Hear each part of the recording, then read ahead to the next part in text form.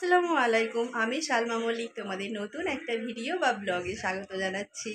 যে যেখান থেকে আমার ভিডিও বা ব্লগগুলো দেখো, আশা করি সবাই খুব ভালো আছো। আল্লাহর রহমতে আমরা এখানে খুব ভালো আছি এবং সুস্থ আছি। আজকে হচ্ছে 25শে জুন, আর এখন বেলা হচ্ছে 12টা 10 বাজে, আর আজকে হচ্ছে বুধবার। তো চলো তোমাদের সঙ্গে ভিডিওটা আবার নতুন করে শেয়ার করলাম। আজ থেকে ভাবছি যে ডেলি ব্লগ তোমাদের সঙ্গে শেয়ার করব। অনেক দিন ভালোভাবে ব্লগ করা হয়নি, তোমাদের সঙ্গে শেয়ার করাও হয়নি। আমার অপারেশনের মানে এই জুন মাসটা শেষ হয়ে জুলাই মাস পড়লে আমার 2 মাস কমপ্লিট হয়ে 3 মাসে পড়বে। তো ডাক্তার দেখিয়ে এসেছি, ডাক্তার বলেছে হ্যাঁ এখন মোটামুটি তুমি মানে মর্নিং ওয়াক বলো বা ব্যায়াম বলো, ব্যায়ামটা এখন অতটা ভারী করা যাবে না, কিন্তু মর্নিং ওয়াকটা করা যাবে আর খাওয়া দাওয়াগুলো চেক করা যাবে। তো সব কিছু মিলিয়ে মিশিয়ে এখন আমি অনেক সুস্থ আছি, ভালো আছি। আর ভারী কাজ করলে না আমার ওই যে মানে অনেক জায়গায় তো কেটেছিল, যেহেতু মাইক্রো সার্জারি হয়েছিল, তো ওই পাঁজরের কাছে যেখানে কেটেছিল না ওখানটা একটু মানে কেমন একটা হচ্ছে ভিতরটা। তো ডাক্তারকে বললো যে ওটা তো একটা হাড়ের মানে ওখানটা, তো ওটাতে একটু মানে ঠিক হতে দেরি হবে, তুমি একটু ভারী কাজগুলো কম করবে।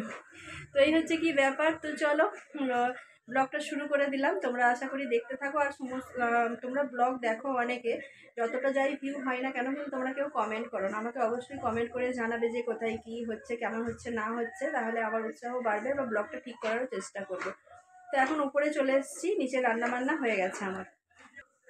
রান্নাবান্না সকালে একটু আজকে তাড়াহুড়োই হয়েছিল। আজকে না তোমাদের দাদাভাই তো উঠে আগে নিচে চাবি খুলতে যায়, তারপরে আমি উঠে যাই। তো আমি উঠে আবার ঘুমিয়ে পড়েছিলাম। তো 7:30 পৌনে 8টার মতো বেজে গিয়েছিল। আর অফিসের রান্নাবান্না ছিল, মেয়ে স্কুল যেত, তো অনেকটা দেরি হয়ে গেছে। আর কালকে রাত থেকে না কারেন্ট মানে কি লো ভোল্টেজ ছিল আমাদের এখানে। আর সকাল থেকে তো কারেন্ট নেই, মানে ওই লো ভোল্টেজটা ঠিক করার জন্য সরি তুলে যাচ্ছি। তো ফ্রিজে মাছ ছিল, মাছের ডিম ছিল, চুনো মাছ ছিল, তো এগুলো সব বের করে তার ব্যবস্থা করলাম। মাছের ডিম কিছুটা রান্না করলাম, কিছুটা জাল মানে নুন হলুদ দিয়ে একটু ফুটিয়ে রেখে দিলাম, মাছগুলো ভেজে রেখে দিলাম। তারপরে যে ছোটো চুনো মাছগুলো ছিল ওগুলোও ভেজে রেখে দিয়েছি। তো এই করতে করতে আবার ব্লগ শ্যুট করাও হয়নি, তো ভাবছি চলো রান্নাবান্না থেকে ব্লগ না শুরু করলে এবার এখন ব্লগ তোমাদের শুরু করি। তো সকালে বিছানা তুলে নিচেই চলে গিয়েছিলাম, তারপরে আর ঘরদোর সেরকম মানে পরিষ্কার করতে আসা হয়নি, পরিষ্কারই আছে, বাসি কাঠগুলো একটু ঝাঁট দিয়ে দিলেই হয়ে যাবে। তো এখন নিজের একটু রূপচর্চা করব। তো অনেক দিন থেকে নিজের শরীরের যত্ন নেওয়া হয়নি, অনেকটা গোলুমোলু হয়ে যাচ্ছি, আর তার সঙ্গে নিজের চেহারাতেও অনেক এফেক্ট করছে বয়স বাড়ার সাথে সাথে, যেটা হয় আর কি। তো আগের মতো তো আর এক থাকে না, কিন্তু সেটাকে আমাদের ধরে রাখতে হবে। কতটা কি পারবো জানি না, যেদিন পারবো সেদিন তোমাদের সঙ্গে শেয়ার করব। আমি কিছুটা বিটের জুস খেয়ে এসেছি, কারণ যেহেতু আমার রক্তে হিমোগ্লোবিনের পরিমাণটা কম আছে, তাই ডাক্তার এখন আমাকে বিটের জুস মানে ওষুধ ওখানে বেশি দেয়নি, বলেছে বিটের জুস, বেদেনা, ড্রাগন, তারপরে কুলেখাড়া পাতা, এগুলো সব খেয়ে যতটা যা ঠিক করা যায় অনেকটা ঠিক হয়ে গেছে। তো আমি এখন বিটের জুস খেয়েছি, আর কিছুটা বিটের জুস আর বেসন নিয়ে এসেছি মুখে লাগাবো বলে। তো চলো, তো ভাবলাম যে তোমাদের সঙ্গে শেয়ার করি, যে দেখি কতটা কি উপকার পাওয়া যায়। তো চলো বিটের জুসটা লাগিয়ে রেখে তারপরে ঘরটা ঝাঁট দিয়ে দেবো আর নিচে গিয়ে গোসল করে নেবো, তাহলেই হয়ে যাবে। তো চলো, তো বেসিনের কাছে চলে এসেছি। এবার দেখো বিটের জুসটা লাগাচ্ছি আমি এভাবে। আমি আগে বেসন তারপরে কাঁচা হলুদ একসঙ্গে মিক্স করে লাগাতাম। নতুন যখন বিয়ে হয়েছিল, বাচ্চা হওয়ারগুলোর পরও এগুলো ব্যবহার করতাম। আমি মুখে সাবান মানে ওই ফেস ওয়াশগুলো না খুব কম ইউজ করতাম, কিন্তু এখন তো আর হয়ে ওঠে না নয়, বসে শুয়ে থাকি, করলেই হবে। তাই ভাবছি যে চলো তো পুরোটা লাগিয়ে তোমাদের সঙ্গে দেখা যাবে, অসুবিধে হচ্ছে। বিট আর ওই বেসনের যে পেস্টটা এই যে মেখে নিয়েছি, আর ছেলে বলছে মা কি মাখছো, ওকেও মাখিয়ে দিয়েছি, কারণ এগুলো তো মানে ঘরোয়া জিনিস, এগুলো তো কোনো সাইড এফেক্ট হবে না। তো চলো এবার ঘরগুলো ঝাঁট দিয়ে নিই, দেখি এর রেজাল্টটা কী আসে। বেসনে তো এমনিই মুখ পরিষ্কার হয়, আর বিট তো খুবই উপকারী আমাদের শরীরের পক্ষে, তাই রেজাল্ট ভালোই আসবে। কিন্তু একদিন করলে তো হবে না, মিনিমাম সপ্তাহে 3-4 দিন করতেই হবে। তো চলো ঘরগুলো ঝাঁট দিয়ে নিই, আমাকে পুরো একদম ভূত লাগছে। তো চলো ঘরগুলো ঝাঁট দিয়ে নিই। মাখিয়ে দিয়েছি, গলাগুলোতেও দিয়ে দিয়েছি। সোফায় লাগাস না জানো, ওর আজকে পরীক্ষা নেই, কালকে 2টো পরীক্ষা হয়েছে, আজকে ছুটি দিয়েছে, আবার কালকে 2টো পরীক্ষা আছে। সকালে পড়তে গিয়েছিল, এখন এসে একটু এই যে টিভি দেখছে। তারপরে বলেছে এইটা আমি মাখিয়ে দিলাম, তুই গোসল করে নিয়ে আবার পড়তে বসবি। মুখে ফেস প্যাক লাগিয়ে ঘরের কাজকর্ম করে দুপুরে খাওয়া দাওয়া করার ভিডিও তোমাদের সঙ্গে শেয়ার করেছি।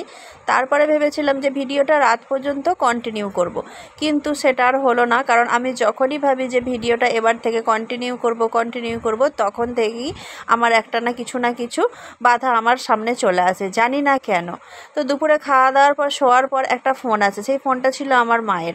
আমার মা কখনো ওই সময় ভালো ফোন করে না, ওই সকালের দিকে করে, নয় সন্ধ্যার দিকে করে, সময় হলে মায়ের কোনো সুবিধা হলে তবেই করে। ফোনটা যখন আসে আমার কেন জানি না মনে হয় যে সেই বিপদটাই হলো না তো। হ্যাঁ, যেটা ভাবা সেটাই কাজ। মায়ের ওপর প্রান্ত থেকে ফোনে কান্নার আওয়াজ আসে। মাকে আর বলতে হয়নি যে কী হয়েছে, আমি বুঝে নিয়েছিলাম মায়ের কান্না দেখেই যে কী হয়েছে। কারণটা হলো আমার বড় মামার ছেলে কদিন হসপিটালে ভর্তি ছিল একটু শারীরিক অসুস্থতার কারণে। সেই বড় মামার ছেলেই মারা গিয়েছে, সেই ফোনটাই আসে আমার ফোনে। তো তারপরে তো আমরা মামার বাড়ি চলে যাই, তাই জন্য আর ভিডিওটা করা হয়নি। তো দেখো মুখটা ধুয়ে নিয়েছি, বুঝতে পারছো নাকি? আমার তো মনে হচ্ছে হালকা একটু, মানে এমনিতে বেসন দিলে পরিষ্কার হয় মুখ, তার সঙ্গে বিটরুট ছিল, তো অনেকটা পরিষ্কার হয়েছে। আর উপরের ঘর ঝাঁট দিয়ে পরিষ্কার করা সব হয়ে গেছে, এই যে পরিষ্কার পরিচ্ছন্ন সব হয়ে গেছে। এবার নিচেই যাচ্ছি, গোসল করব। আর এইদিকে এই যে ছেলেটা পড়ছে, এই যে সোফায় বসে বসে পড়ছে। আমি নিচে যাই, গোসল করে তারপরে মা আর ছেলে মিলে ভাত খেয়ে নেব। তো চলো গোসল করে আবার পরে আসছি। এখন বাজে হচ্ছে 1:35, আমি গোসল করে চলে এলাম। আর এখন জামা কাপড়গুলো দেওয়ার সমস্যা হয়েছে। এই দেখো বাইরে আলো মনে হচ্ছে ফোনেতে, কিন্তু বাইরে ঝিরিঝিরি করে বৃষ্টি হচ্ছে। তো জামা কাপড়গুলো দেখি ওই যখন ঢালাই দেওয়া হয়েছিল রান্নাঘরটা, তা মাথাটা একটু বাড়িয়ে নেওয়া হয়েছিল।